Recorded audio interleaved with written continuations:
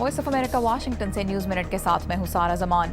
अफ्रीकी मुल्क central African Republic में ईसाई और मुसलमान मुसल्लह गिरोहों के दरमियान शिद्दत इख्तियार करती हुई लड़ाई रोकने के लिए वहां फ्रांस और अफ्रीकी यूनियन के फौजी दस्तों में इजाफा किया जा रहा है। फ्रांसीसी फौजी खत्ते में पहुंचना शुरू हो गए हैं और उनकी तादाद 600 से 1200 कर दी गई है।